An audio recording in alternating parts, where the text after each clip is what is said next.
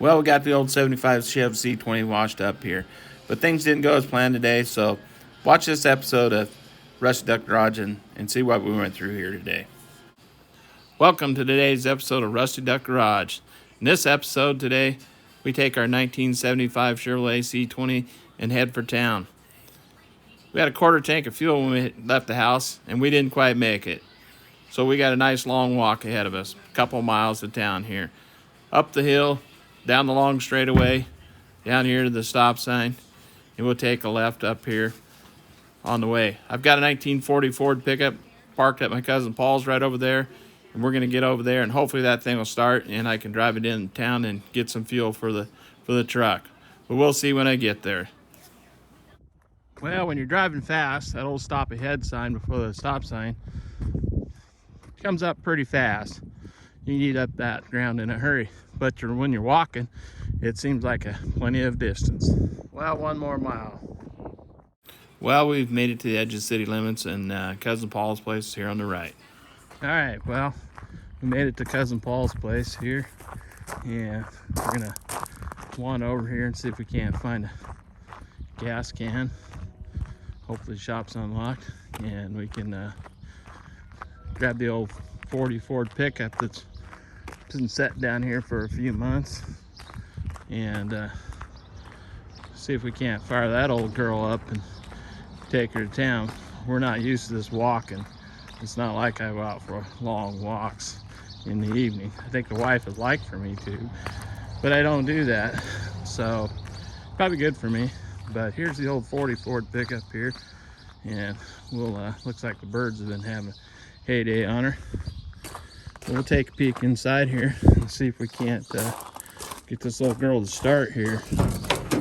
She's been sitting here. If we can find the keys. Hey, look, the keys right down there on the floor. That's a good thing. Well, she's a project. She's not quite finished, obviously. So let's see if she'll fire up here. It's been a while. Well, that's not very encouraging. Looks like we got ourselves a dead battery, and I don't have a jump box handy here, and I don't know that cousin Paul has one. Oh, what are we gonna do next? Well, he's got a lot of trucks around here. Maybe we can borrow one if we can get his wife on the phone here.